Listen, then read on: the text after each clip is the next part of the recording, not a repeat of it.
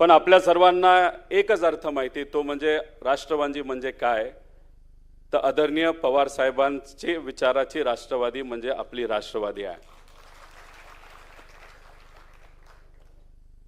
पवार साहेबांचा विचार हा कोणाच्या विचाराने त्या ठिकाणी प्रभावित आहे असं आपल्याला म्हणता येईल. या भूमीमध्ये आजपर्यंत जे कोणी महामानव होऊन गेले, त्याच्याच बरोबर जे संत होऊन गेले, यांचे विचार हे आदरणीय पवार साहेब गेले 60 ते 65 वर्षे प्रामाणिकपणे लोकांच्या हितासाठी, महाराष्ट्र धर्मासाठी त्या ठिकाणी पुढे घेऊन चाललेले आहेत. त्यामुळे फार मोठी जबाबदारी आहे. भाषणामध्ये आपण बोलून जातो, पवार साहेबांच्या विचाराने आपण चालतो. पवार साहेबांचा विचार काय एवढा सोपा आणि साधा समजू नका. पवार साहेबांचा विचार हा खूप मोठा आहे. त्यामुळे त्यांच्या विचाराने खऱ्या अर्थाने आपल्या सर्वांना चालायचं असेल, काम करायचं असेल, तर पहिल्यांदा आपल्याला रस्त्यावर उतरावं लागेल, लोकांसाठी त्या ठिकाणी लढावं लागेल. बरेच लोक म्हणतात आता आपण विरोधात आहे, संघर्ष कसा करायचा, काय करायचं काही कळत नाही. कुणी संघर्ष केला नाही हो आजपर्यंत. छत्रपती शिवाजी महाराजांना संघर्ष करावा लागला, संत श्रेष्ठ ज्ञानेश्वर महाराजांना त्या ठिकाणी संघर्ष करावा लागला, संत श्री तुकाराम महाराजांना संघर्ष करावा लागला, पुण्यश्लोक अहिल्यादेवींना त्या ठिकाणी संघर्ष करावा लागला. महात्मा फुले असतील, क्रांतीज्योती सावित्रीमाई फुले असतील, विश्वरत्न डॉक्टर बाबासाहेब आंबेडकर असतील, लोकशाही अण्णाभाऊ साठे असतील, या सर्व महामानवांना संघर्ष करावा लागला. खरं तर मगाशी डॉक्टर अमोल कोल्हेंचं भाषण मी ऐकत होतो. काही महिन्यांपूर्वी त्यांच्याशी मी खूप डिटेलमध्ये संवाद साधला. छत्रपती संभाजी राजेंच्या खरे विचार काय होते, त्यांनी संघर्ष काय केला, हा लोकांसमोर खऱ्या अर्थाने कुणी पहिल्यांदा आणला असेल तर ते म्हणजे आपले डॉक्टर कोल्हे. आणि सरळ सोप्या भाषेत टीव्हीवर मालिकेच्या माध्यमातून, आणि त्या सगळ्या मालिका बघितल्यानंतर लोकांना कळालं की खरंच छत्रपती संभाजी राजेंचं कर्तृत्व किती मोठं होतं.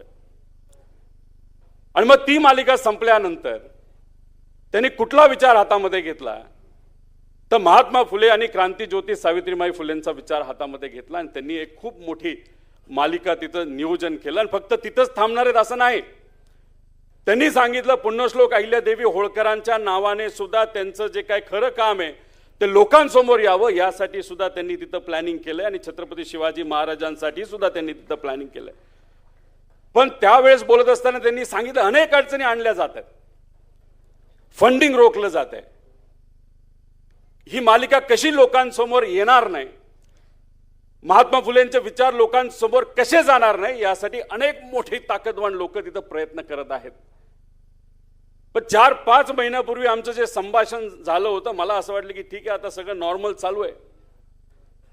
जिथं कुठं जाईल तिथं ही चर्चा आम्हाला ऐकायला मिळते. काही दिवसांपूर्वी माझ्या एका आत्याचं ऑपरेशन झालं, त्यांच्याशी संवाद साधत होतो. त्यांनी म्हणाले की आता चल मला मालिका बघायला जायचं. म्हणलं कुठली? ते म्हणले महात्मा फुले आणि आपले क्रांतीज्योती सावित्रीबाई फुलेंचे डॉक्टर अमोल कोल्हेंची मालिका ती आता मला बघायला जायचं. म्हणजे रेग्युलरली ही मालिका बघणारे लाखो करोडो लोक आहेत. आणि ती मालिका आज जर थांबवली जात असेल तर एक तुम्ही समजून घ्या, फक्त मालिका थांबवलेली जात नाही तर विचार त्या ठिकाणी थांबवण्याचा प्रयत्न काही लोक तिथं करत आहेत. अहो त्या काळात या महान मानवांनी तिथं परिश्रम घेतले, कष्ट घेतले. एक मनुवादी विचार जो त्या काळामध्ये अशा विचाराला दाबत होता, त्या विचाराच्या विरोधात हे सर्व महामानव लढले. म्हणून आज आपण सर्वजण शिकू शकलो आणि बोलू शकतो. माझी पणजी शिकली, माझी आजी शिकली, माझी आई शिकली, माझी बहीण, माझी पत्नी, आता माझी मुलगी तिथे शिकत आहे. तर हे कोणामुळे असेल तर हे महात्मा फुले आणि क्रांतीज्योती सावित्रीमाई फुलेंमुळे. मला माहित नाही डॉक्टर कोल्हे ही सेवा मान्य करतील का नाही करतील, पण डॉक्टर तुम्ही बोललात की 15 जूनला तुमची मालिका संपते आणि तुम्ही यूट्यूब नाही तर कशाही पद्धतीने तुमची मालिका आणि हे जे विचार आहे महामानवांचे ते पुढे घेऊन चालला आहात. तर माझ्या परिवाराकडनं आणि माझ्या कंपनीकडनं आज या ठिकाणी सेवा म्हणून, फुल नाही तर फुलाची पाकळी म्हणून, कारण का कर्तृत्व इतकं मोठं आहे, किती दिलं तरी कमी आहे. तरी माझ्याकडनं आणि माझ्या परिवाराकडनं आणि माझ्या कंपनीकडनं 50 लाख रुपये आज या ठिकाणी तुमच्या या महत्त्वपूर्ण कामासाठी त्या ठिकाणी सेवा म्हणून देत आहे. नक्कीच हा आकडा कमी आहे आणि मी तुम्हाला सांगतो याच्या पुढे या महाराष्ट्रातून कुणी 100 रुपये देईल, कुणी 50 रुपये देईल, कुणी लाखभर रुपये देईल, नाही तर कुणी करोड रुपये देईल, पण हा जो विचार आहे तो लोकांपर्यंत घेऊन जाण्यासाठी करोडो लोक तुमच्या बरोबर आहेत हे या ठिकाणी या व्यासपीठावर खरं तर मी सांगतो. काही दिवसांपूर्वी पुण्यश्लोक अहिल्यादेवी होळकरांची जी जन्मभूमी माझ्या मतदारसंघामध्ये येते तिथं मी गेलो होतो. धांगडधिंगा करणारी काही लोक तिथं होती. पुण्यश्लोक अहिल्यादेवी होळकरांच्या स्मृती समोर राजकीय गाणी लावली होती. आमच्यात वाद झाला पण आम्ही शांत होतो. आम्ही कोणाला आई बहिणीवरनं शिव्या त्या ठिकाणी दिल्या नाहीत. आणि मग हा वाद झाला, सगळं झालं, चर्चा झाली टीव्हीवर. आणि मग दुसऱ्या दिवशी काही राजकीय नेते आणि सामाजिक कार्यकर्ते तिथे आले आणि म्हणाले रोहित पवारांना काय अधिकार आहे आमच्या पुण्यश्लोक अहिल्यादेवी होळकरांच्या जन्मभूमीमध्ये येण्याचा. अहो मला त्यांना सांगायचे जाती जातीमध्ये आणि धर्माधर्मामध्ये महामानवांना त्या ठिकाणी वाटू नका. पुण्यश्लोक अहिल्यादेवी होळकर ह्या सर्व समाजाच्या जाती धर्माच्या आई समान आहेत आणि आम्हाला अधिकार आहे त्यांच्या विचारावर आणि त्यांच्या कर्तृत्वावर. तसंच क्रांतीज्योती सावित्रीबाई फुले, तसंच आपले जिजाऊ असतील, तसंच इतरही सर्व महामानव हे आपल्या आई समान आहेत. त्यामुळे कुणीही जाती जातीमध्ये धर्माधर्मामध्ये महामानवांना त्या ठिकाणी वाटलं गेलं नाही पाहिजे. त्यामुळे आपल्या तालुक्यात आपल्या जिल्ह्यात जिथं कुठं आपण कार्यक्रम घ्याल अशा पद्धतीनेच कार्यक्रम घ्या ज्याच्यामध्ये समावेशक विचार त्या ठिकाणी आपल्या सर्वांना बघायला मिळाले पाहिजे. मगाशी महामानवांनी काय संघर्ष केला हे तुम्हाला मी सांगितलं आणि अनेक लोकांनी त्या ठिकाणी सांगितलं. पण आपण ज्या नेतृत्वाकडे बघतो त्या नेतृत्वाने सुद्धा काही कमी संघर्ष केला नाही. अहो माझं वय 40, पवार साहेबांचा अनुभव 65 वर्षाचा राजकीय आणि सामाजिक मध्ये एवढा मोठा अनुभव हा पवार साहेबांचा. अनेक वर्ष सत्तेत होते पण अनेक वर्ष विरोधात सुद्धा होते. सत्तेत असताना मंत्री असताना अनेक लोकहिताच्या महाराष्ट्राच्या हिताच्या त्या ठिकाणी पॉलिसीज या पवार साहेबांनी त्या ठिकाणी केल्या आणि विरोधात असताना दुसऱ्या दिवशीपासून घरी न बसता लोकात जाऊन त्या ज्या काही पॉलिसी असतील जी धोरणं सत्तेत असताना लागू केली ती खऱ्या अर्थाने लोकांपर्यंत पोहोचलीत का नाही पोहोचली बघणारा आपला हा नेता आहे. एवढा मोठा नेता त्या ठिकाणी आहे आणि त्यांनी संघर्ष खूप म्हणजे गोवा मुक्ती संग्रामासाठी लहान असताना सुद्धा त्यांनी पहिल्यांदा संघर्ष त्या ठिकाणी केला. 1986 साली सीमा लढ्यामध्ये बेळगावमध्ये जाऊन त्या ठिकाणी तिथं असणाऱ्या मराठी बांधवासाठी लाठी सुद्धा या आपल्या पवार साहेबांनी त्या काळामध्ये तिथं खाल्लेल्या आहेत. त्याच्याबरोबर मंडल आयोगाची अंमलबजावणी करणारा देशात पहिलं राज्य हे आपलं होतं. त्या काळामध्ये सुद्धा काही प्रमाणात राजकीय किंमत ही आदरणीय पवार साहेबांना मोजावी लागली. त्याच्याबरोबर मराठवाडा विद्यापीठाची जर नामांतर असेल, त्याच्याबरोबर महिला आरक्षण, महिला वडिलोपार्जित संपत्तीमध्ये वाटा, असे अनेक काही निर्णय आदरणीय पवार साहेबांनी घेतले. कृषी मंत्री असताना सुद्धा त्यांनी त्या ठिकाणी निर्णय घेतला, महिला आरक्षणाचा निर्णय त्याच्यामध्ये घेतला. आणि या सगळ्या निर्णयामध्ये एक तर ते महाराष्ट्राबद्दल विचार करत होते आणि त्यांनी त्यांच्या पिढीचा फक्त विचार केला नाही तर त्यांच्या पुढच्या पिढीचा केला. कधी पण 10-15 पिढी पुढचा विचार केला. राजकीय किंमत त्यांना मोजावी लागली पण आदरणीय पवार साहेबांनी राजकारणाचा कधी विचार केला नाही. फक्त आणि फक्त लोकांचा, महाराष्ट्र धर्माचा, महाराष्ट्राचा आणि सामान्य लोकांचा विचार त्या ठिकाणी केला. आज छोटे मोठे काही कार्यकर्ते सत्तेत असणारे मोठे मोठे नेते आसपास ठेवतात, त्यांना मंत्रीपद देतात, त्यांना बरंच काय ठेवतात. हे बहुजन समाजाचे जे कार्यकर्ते आसपास फक्त आदेशावर काम करतात. आदेश पण त्यांच्या मालकाकडनं आला तो आदेश ते आदरणीय पवार साहेबांवर खरं तर त्यांची बोलण्याची लायकी नसताना सुद्धा त्या ठिकाणी ते बोलतात. आणि मग मोठा भाजपचा एखादा नेता काय म्हणतो, मी कुठं काय बोललो. आणि पण तुम्ही मोठे नेते आहात, तुमच्या आसपास असणारे हे 4 टाळकी जर पवार साहेबांसारख्या मोठ्या नेत्यावर बोलत असतील आणि तुम्ही त्यांना चुप बस असं सुद्धा बोलत नसताल तर एक गोष्ट मात्र लोकांना कळलेली आहे, बोलता धनी या छोट्या मोठ्या कार्यकर्त्याचं कोण असेल तर या भाजपचा सगळ्यात मोठा नेता जो आहे या महाराष्ट्राचा खऱ्या अर्थाने ते बोलता धनी आहेत. त्यामुळे अशी लोक आसपास ठेवलेली आहेत. तर मला आपल्या सर्वांना सांगायचंय, आपण किती लहान मोठं पदाधिकारी काय बघायचं नाही. जर आपल्या नेत्यावर कोणी बोलत असेल, आपल्या विचारावर बोलत असेल, मानवांवर बोलत असेल, नाही सामान्य लोकांवर बोलत असेल, 1 असू 2 असू 5 असू 500 असू 5000 असू नाही तर 10,000 असू, आपण आंदोलन करायचं म्हणजे करायचं, रस्त्यावर उतरायचं म्हणजे उतरायचं. अरे आम्ही दोघंच आहे, फोटो नीट येणार नाही, आंदोलन कसं करायचं, काय फरक पडतो त्याला. त्यामुळे आंदोलन आपल्याला करावंच लागेल, रस्त्यावर त्या ठिकाणी खऱ्या अर्थाने आपल्या सर्वांना उतरावंच लागेल. या ठिकाणी मी आपल्या सर्वांना सांगतो, योगायोग बघा, आपल्या या पक्षाला आज 27 वर्ष होत आहेत. पवार साहेब आमदार कधी झाले? 1900. तेव्हा पवार साहेबांचं वय काय होतं? 27.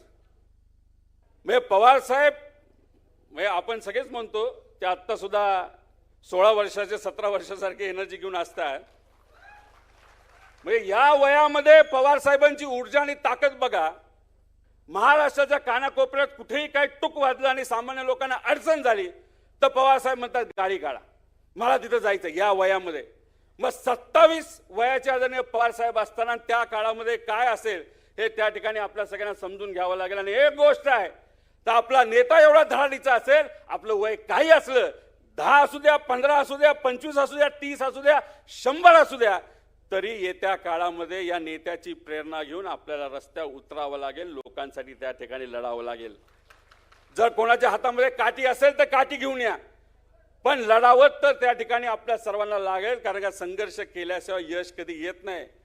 मगाशी खासदार काळे साहेबांनी आपल्याला सांगितलं, असे अनेक उदाहरण आहेत की एक व्यक्ती, एक पार्टी आणि लोकांनी त्या ठिकाणी पाठिंबा दिलेला आहे. अहो आजची देशाची परिस्थिती मी तुम्हाला सांगतो, आर्थिक दृष्टिकोनातून अतिशय हलाखीची झालेली आहे. सुरुवातीला 2014ला या देशावर कुठेतरी 20-25 लाख कोटीचं तिथं लोन होतं. आज आपण 200 का 210 लाख कोटीवर आपलं लोन गेलेलं आहे. काही दिवसांपूर्वी आपल्या देशाचं जे काही डॉलर आणि रुपी याचं समीकरण नीट ठेवण्यासाठी आपल्या देशाने 1,10,000 कोटी रुपयाचं सोनं आरबीआयला त्या ठिकाणी विकलेलं आहे. ते कितीही नाही म्हणले तरी हे त्या ठिकाणी खरं आहे. आणि आज खऱ्या अर्थाने लोकांना सहकार्य करण्याची भूमिका असताना सुद्धा, नाहीतर जरूरत असताना सुद्धा पेट्रोल आणि डिझेलच्या माध्यमातून त्या ठिकाणी मदत केली जात नाही. महाराष्ट्राच्या बाबतीत सुद्धा 1 कोटी महिलांचं लाडक्या बहिणीतून नाव त्या ठिकाणी कमी केलं गेलं. आणि हे जे काय कर्जमाफी त्या ठिकाणी डिक्लेअर झाली ती अतिशय फसवी अशी कर्जमाफी तिथं झाली. युवांना आज नोकऱ्या नाहीत, त्यामुळे हे जे वातावरण आहे हळूहळू ते वाढत जाणार आहे. सोशल मीडिया आणि इतर माध्यमांवर तर ते नक्कीच त्या ठिकाणी वाढत गेलेलं आहे, वातावरण तापलेलं आहे. फक्त विनंती एवढीच आहे, संघटना म्हणून आपल्या सर्वांना काम करावं लागेल. आदरणीय पवार साहेबांनी तसंच शशिकांत शिंदे साहेबांनी आम्हा सगळ्यांना त्या ठिकाणी आदेश दिले, सुप्रियाताईंनी आदेश दिलेले आहे की पुढच्या 15 दिवसांमध्ये काही प्रमुख ज्या काही संघटनात्मक आपली पदं आहेत त्याच्यामध्ये आपल्याला काही सामान्य कार्यकर्त्यांना, ज्याचं कुठल्याही नेत्याचा कुठलंही नातं नाही, कुठेही त्या ठिकाणी घराणेशाहीचं त्या ठिकाणी नातं नाही, अशा सामान्य परिवारातल्या पदाधिकाऱ्यांना त्या ठिकाणी पुढच्या 10 ते 15 दिवसामध्ये आपल्याला पदं द्यायचेत असं त्या ठिकाणी आम्हा सगळ्यांना सांगण्यात आलेलं आहे.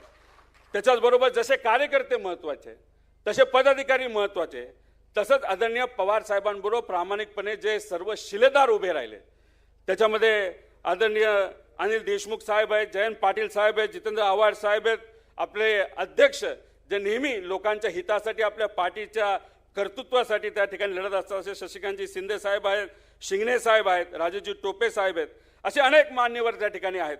त्यामुळे हे शिलेदार खंबीरपणे आदरणीय पवार साहेबांच्या पाठीमागे उभे राहिले, कार्यकर्ते उभे राहिलात, तुम्ही उभे राहिलात, म्हणून आज आपली पार्टी त्या ठिकाणी आहे. काही लोक आपल्या बरोबर पूर्वी सत्तेत होते, आज आपल्यापासून वेगळे झालेत, ते फक्त सत्तेत आहेत म्हणून त्यांचे पदाधिकारी कार्यकर्ते त्यांच्या बरोबर आहेत. एकदा ती सत्ता गेली तर त्या पक्षामध्ये कुणीही त्या ठिकाणी राहणार नाही, हे त्या ठिकाणी मी आपल्या सर्वांना इथं सांगतो.